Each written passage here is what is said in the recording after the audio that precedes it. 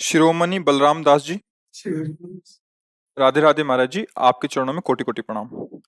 महाराज जी, मेरे मन में एक सवाल है कि भक्ति जीवन में आने के पहले हम लोग तो पाप और पुण्य का फल भोग करते हैं, इसका डर था। पर अभी भक्ति जीवन में आने के बाद अपराध के डर सताने लगता है, तो हमेशा इस डर से कैसे मुक्त मिले? कई बार ये तो एकांतिक में भी और सत्संग में कहा है कि जो अपराध का वर्णन किया गया वो सावधानी के लिए किया गया, डर के लिए नहीं किया गया है। जो पाप है वो डरने वाली बात है। जैसे हम वासना से युक्त होकर किसी माता बहन की तरफ काम दृष्टि से देखें, कोई चाहे गृहस्थ हो चाहे विरक्त हो, ये पाप है, इसे डरो, तुम्हारी दुर्गति हो जाएगी इससे, चाहे जिस वेश में हो चाहे जिस उद्देश्य के पथिक हो।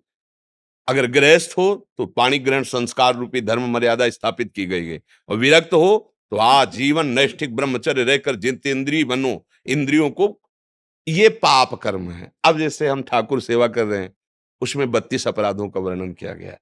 नाम जप कर रहे हैं, उसमें 10 नाम अपराधों का वर्णन किया गया है। धाम वास कर रहे हैं, उनमें अपराधों का वर्णन किया गया है। साधु संग कर रहे हैं, वैष्णव अपराधों का वर्णन किया गया है। ये भयभीत होने के लिए नहीं किया गया है, ये सावधानी के लिए कि आप ऐसे चलोगे तो साधु संग का उत्तम रंग मिलेगा, धामवास का उत्तम फल मिलेगा, नाम जप का उत्तम फल मिलेगा। ये व्यर्थ जाने वाला नहीं है।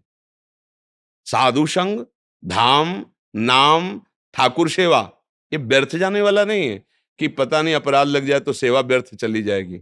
नहीं, सेवा में और हमारी उन्नति हो, रुचि बढ़े, इसके लिए सावधानियां। वो जो 32 सेवा अपराध हैं, 10 नामापराध हैं, वैष्णव अपराध है, धामापराध है, इसका अपराध की जगह सावधानी शब्द आप मान लीजिए कि हम किस सावधानी से चले जिससे नाम हमारे हृदय में प्रकाशित हो जाए। हम किस सावधानी से धाम में वास करें जिससे धाम हमारे हृदय में प्रकाशित हो जाए। किस सावधानी से सत्संग करें जिससे सत्संग जो बोला जा रहा है वही हम अपने आचरण में उतार सके। किस सावधानी से हमारा जीवन होना चाहिए, वो भयभीत होने के लिए नहीं है कि अब नामापराध से भयभीत हुए तो नाम जब छूट गया, धामापराध से भयभीत हुए धाम से बाहर हो गए, सेवा अपराध तो फिर से ठाकुर सेवा छूट गई, वैष्णव अपराध तो संत संग, नहीं तो बचा क्या? अपराध है, अपराध तो बचा। चैतन्य महाप्रभु स्पेशली बोला है कि वैष्णव अपराध से तुम हमेशा दूर रहो। तो सावधानी, सावधानी। क्या होता है ना, कभी कभी जानने में भी आप समझो वैष्णव अपराध किसे कहते हैं, इसे समझो। जैसे आप हमारे पास आए हैं, आप अपने कुछ दोष वर्णन करें, तो हमको क्या चाहिए कि जैसे हमारे सामने कोई साधु वेश में है और कुछ त्रुटियां वास्तविक हमें दिखाई दे रही हैं, तो एक दोस्त जैसे अपने दोस्त को सुधारने के लिए कि भाई देखो आप ये जो इसको हटाइए, और दूसरा जब कहे कि वो ऐसा दोषी है तो हमको मान, देखो दोष हम सबके अंदर है, भगवान के मार्ग में चला, अभी कोई सिद्ध तो हो ही नहीं गया, तो कुछ दिनों बाद जब इसका और साधन बढ़ेगा तो दोष रहित हो जाएगा। हम किसी वैष्णव को देख करके, अब मान लो आज वेश धारण किया है, आज ही तो सिद्ध नहीं हो जाएगा ना, तो उसमें कुछ संस्कार, कुछ त्रुटियां पूर्व के हैं जो स्वाभाविक प्रस्तुत होंगे, हमको उन देख करके निंदा नहीं करनी। भगवान आदेश करते हैं, अपिचेत सुदुराचारो भजते माम अनन्य भाग साधुरेव समंतव्य सम्यक व्यवसिता हिसा। अब इसको समझो, वो सांगोपांग दुराचार करता रहा है, सांगोपांग मतलब कोई अंग नहीं छोड़ा पाप का, सारे अंग। अब उसके हृदय में एक बात है कि मेरा कल्याण कैसे होगा, एकमात्र भगवान ही मुझे पावन कर सकते हैं। हे श्री कृष्ण, मैं आपकी शरण में हूं। भगवान उसके लिए क्या कह रहे हैं, अब तुम इसे साधु मानो, क्यों? मैं इसे बनाऊंगा साधु। हो गया, हो गया, क्योंकि इसने मेरा केवल भरोसा लिया है। अब मेरा भरोसा ले लिया तो पापाचारी कैसे होगा? अब वो भगवान जिसकी डोर पकड़ लिए तो विजय श्री उसी के तो हाथ में है। यत्र योगेश्वरा कृष्णो यत्र पार्थो धनुर्धरा तत् श्री विजयो भूत। जंगहा लोहा तब तक जंगहा रहा जब तक पारस का स्पर्श नहीं हुआ। पारस हो गया, अब लोहा लोहा नहीं रहा, अब स्वर्ण बन जाएगा। क्षिप्रम भवति धर्मात्मा, मैं बनाऊंगा, करूं सद्यते साधु समाना, मैं उसे साधु बनाऊंगा।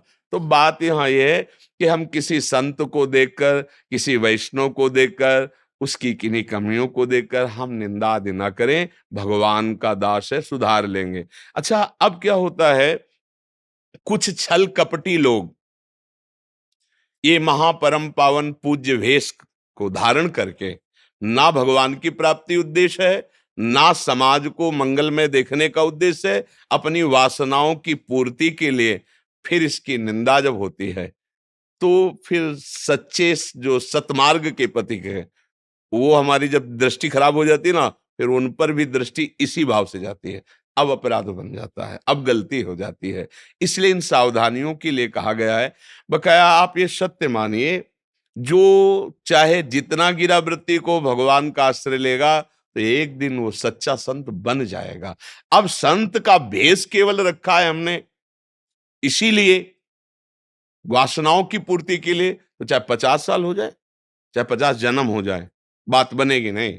आश्रय भगवान का लिया है, एक दिन महात्मा बन जाएगा, सच्चा बन जाएगा। बीमार है, अब भी बीमारी है, डॉक्टर के समीप पहुंच गया है, ठीक हो जाएगा। ये मार्ग है। इस बात को अब जैसे हम ठाकुर सेवा कर रहे हैं तो हमसे कौन कौन सी गलतियां नहीं होनी चाहिए, उनका वर्णन किया गया है। नाम जप रहे हैं, कौन कौन सी गलतियां नहीं होनी चाहिए, उनका वर्णन किया गया है। अगर गलतियां हो गई तो उसी से समाधान भी होगा ना। अगर वैष्णव अपराध बन गया तो वैष्णव ही तो क्षमा कर देगा। वो वैष्णव अपराध वैष्णव से ही दूर हो जाएगा, नामापराध नाम से ही दूर हो जाएगा, सेवापराध सेवा से ही दूर हो जाएगा, धामापराध धाम के सेवन से ही नष्ट हो जाएगा। बात समझनी, हमें डरना नहीं, इतना नहीं डरना कि हमारा सतमार्ग छूट जाए। नहीं नहीं नहीं नहीं, हम जो गलतियां होंगी, मेरे प्रभु हैं, मेरे गुरुदेव हैं, मेरे आचार्य हैं, मुझे संभालेंगे। आज नहीं तो कभी भी गलती हो सकती है, हमको तो यही सोचना है। तो भगवान कहते करो सदा तिनके रखवारी, जिमि बालक राखे महतारी। छोटा लड़खड़ाने वाले बच्चे को माँ ऐसे चलाती है कि अगर किसी भी तरह गिरा तो हमारी गोद में है। ऐसे भगवान अपने दासों को चलाते, तभी चल पाते, नहीं तो इतनी फिसलन माया में है कि पैर जमाना बहुत कठिन है। तो इसमें डरने की बात नहीं है।